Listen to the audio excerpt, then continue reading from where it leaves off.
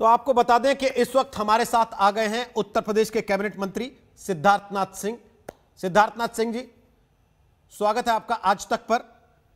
एक के बाद एक धन्यवाद। जब जब आपसे संवाद हो रहा है किसी ना किसी ऐसी घटना पर ही हो रहा है, क्यों? नहीं, देखिए, एक उत्तर प्रदेश का इतिहास है, मगर वो मेरे डिफेंस का लाइन नहीं हो सकती। हमें सरकार में आए हैं, हम सरकार में इसलिए आए हैं कि हमें अपराध जो है उसके ऊपर अंकुश लगाना है।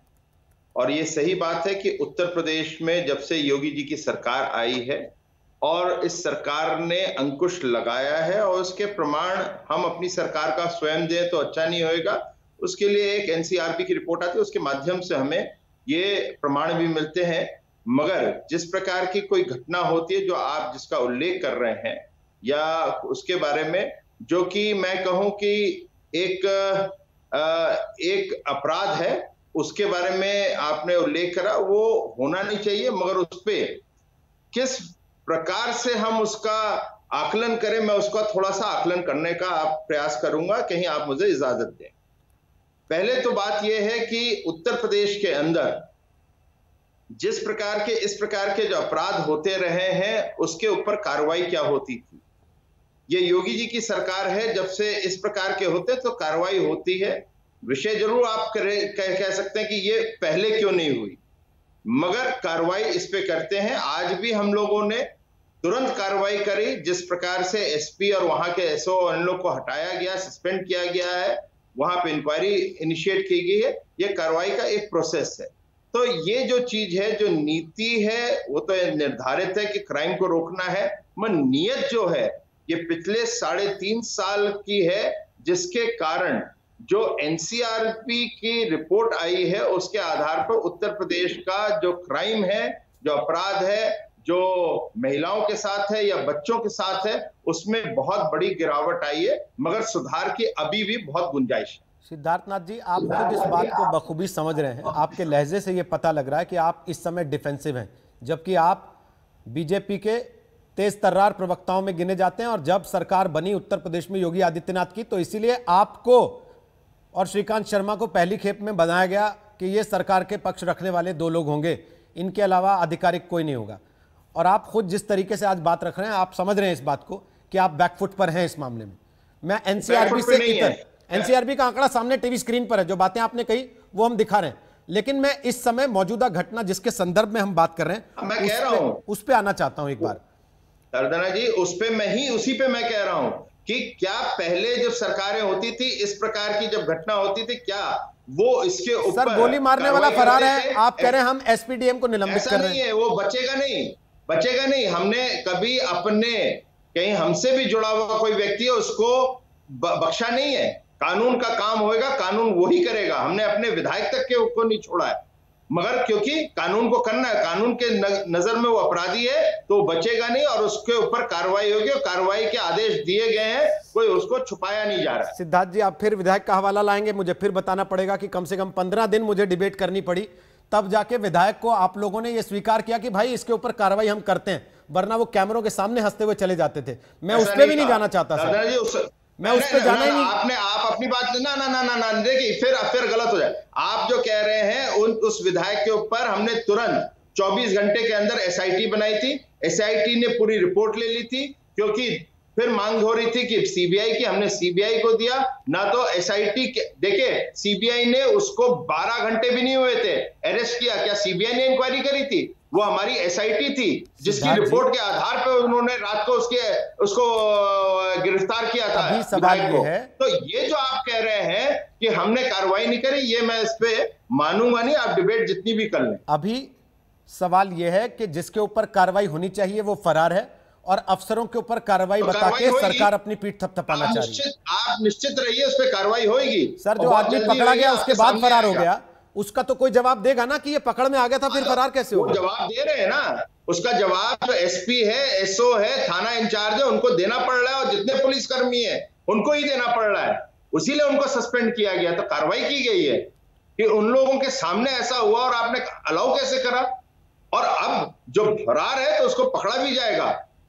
इसका आपको इस पे निश्चिंत रहिए, किसी को बख्शा नहीं जाएगा और तो जल्द से जल्द उस पर कार्रवाई करेंगे। ये पकड़ा जाने के बावजूद भाग गया इसलिए कि ये बीजेपी का नेता था, पार्टी के लिए चुनाव प्रचार कर चुका था, उसका रसूख था, या इसलिए कि उसका जातीय समीकरण ऐसा है इस समय राज्य की जो परिस्थिति है उसमें? रोहित जी, राज्य की परिस्थिति बहुत अच्छी है और बहुत अच्छी हो रही है। वो राज्य की परिस्थिति है कि जिनको संरक्षण देते थे, जो ऑर्गेनाइज क्राइम चलाते थे, आज उनके घर भी तोड़े जा रहे हैं। ना तो किसी की पिछले 50 साल में किसी की हिम्मत नहीं होती थी रोहित जी कि उनके ऊपर कोई उनका रुमाल भी निकाल ले उनकी जेब से।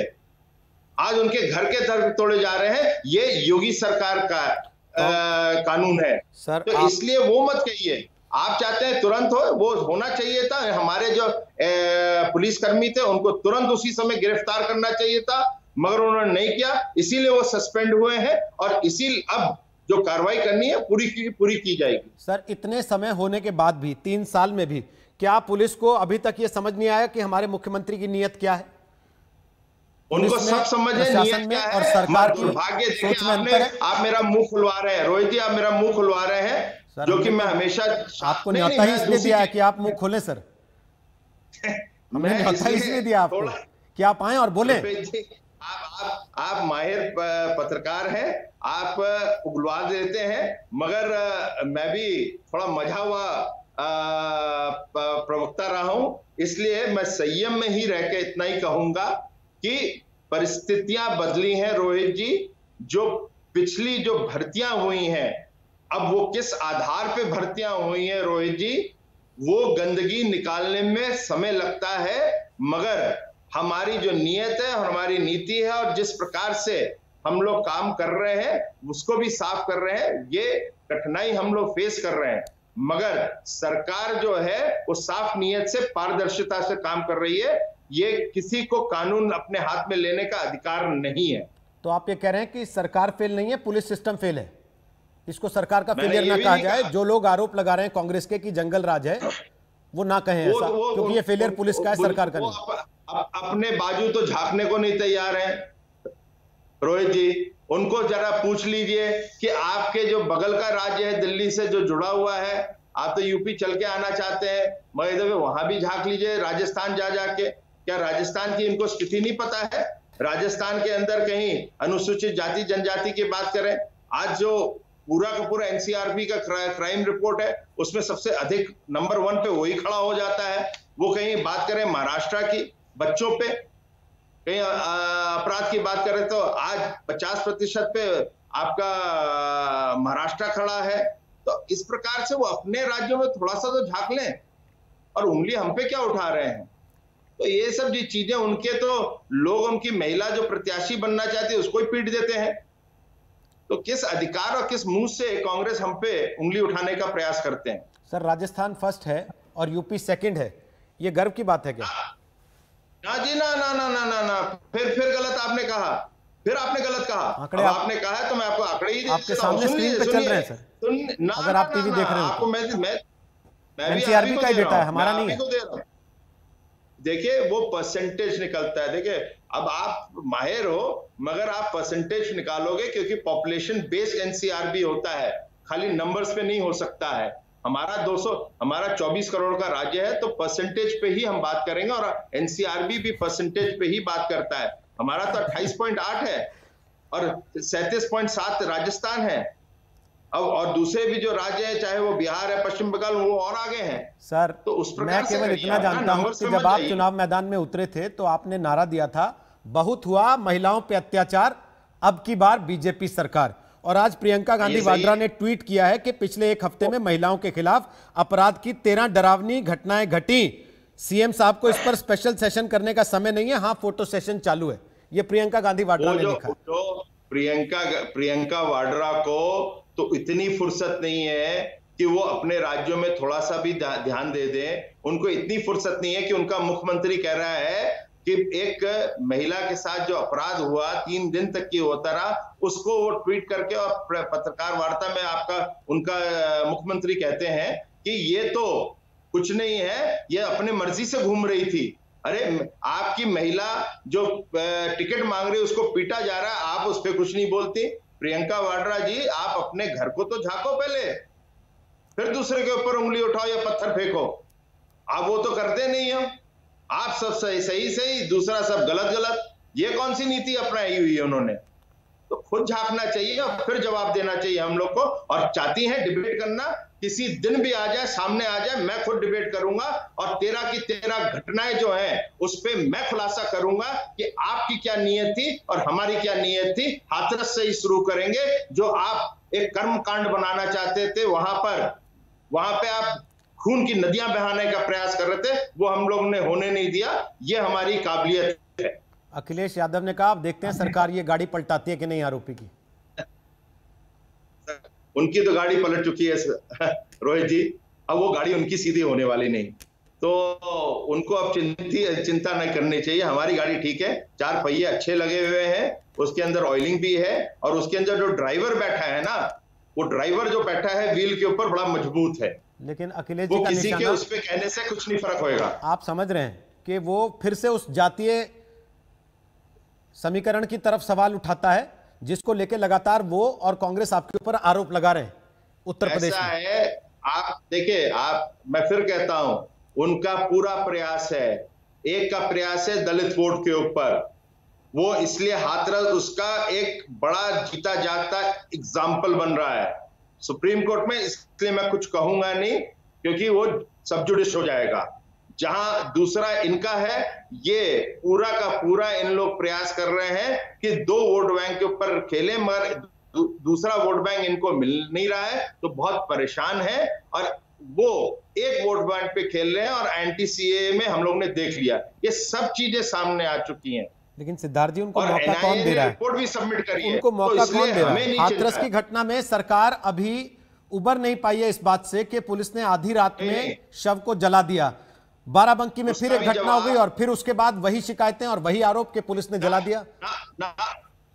उसी जो घटना है वो दो जानकार हैं उसी समुदाय के, जहां पे वो घटना हुई। कोई ऑर्गेनाइज क्राइम नहीं है। ऑर्गेनाइज क्राइम और इस प्रकार के क्राइम को हमें उसमें अंतर लाना पड़ेगा, मगर समाज के अंदर एक भय भी आना चाहिए कानून का, वो भी आएगा। वो जिस दिन आ जाएगा तो इस प्रकार की जो घटनाएं होती हैं उस पे भी अंकुश लगेगा। कब आएगा सर? क्योंकि आप तो ये कहते थे कि अब योगी जी आ गए हैं, अब अपराधी या तो जेल में है या फिर यूपी के बाहर है, तो फिर इतनी वारदातें कौन कर रहा है? वो जो अपराधी है ना, अपराधी जो ऑर्गेनाइज क्राइम के हैं रोहित जी, वो भाग चुके हैं। वो कोई यहां नहीं बैठा हुआ है, वो डर के मारे भाग रहा है, बोरिया बिस्तरा उठा के भाग रहा है, या कहता है हमें बेल नहीं चाहिए, हमारी बेल कैंसिल करो, हम अंदर जा रहे हैं। इसके प्रूफ्स हैं। और सरकार के अंदर उतना मादा है, उतनी हिम्मत है और इकबाल है सरकार के अंदर कि इन लोगों के खिलाफ, जिनको चाहे वो बीएसपी हो चाहे एसपी हो, उन्होंने जिनको पाला पोसा बड़ा किया पेड़, आज उसको जड़ों से काट रहे हैं हम लोग, और वो काटते रहेंगे। बहुत बहुत शुक्रिया सिद्धार्थनाथ सिंह आज तक पर आने के लिए। कैबिनेट मंत्री उत्तर प्रदेश सरकार के सिद्धार्थनाथ सिंह वो कह रहे हैं कि राजनीतिक पार्टियां अपने फायदे के लिए इस तरह की घटनाओं का इस्तेमाल कर रही हैं, लेकिन कानून व्यवस्था के मुद्दे पर वो जब चाहें हम बहस करने के लिए तैयार हैं। आंकड़े हमारे साथ हैं, लेकिन सवाल यह है कि आंकड़े साथ हो या ना हो, जनता का विश्वास साथ है। जनता का विश्वास जब तक बना रहे तभी तक किसी सरकार का इकबाल रहता है। एक छोटा सा ब्रेक ले रहे हैं, ब्रेक के बाद वापस आएंगे तो बिहार चुनाव में किस तरीके से राजनीतिक घटनाक्रम तेजी से हो रहा है, चिराग पासवान आखिर क्यों आज दुखी हो गए बीजेपी के एक बयान से, सुनवाइए। आप देख रहे हैं आज तक।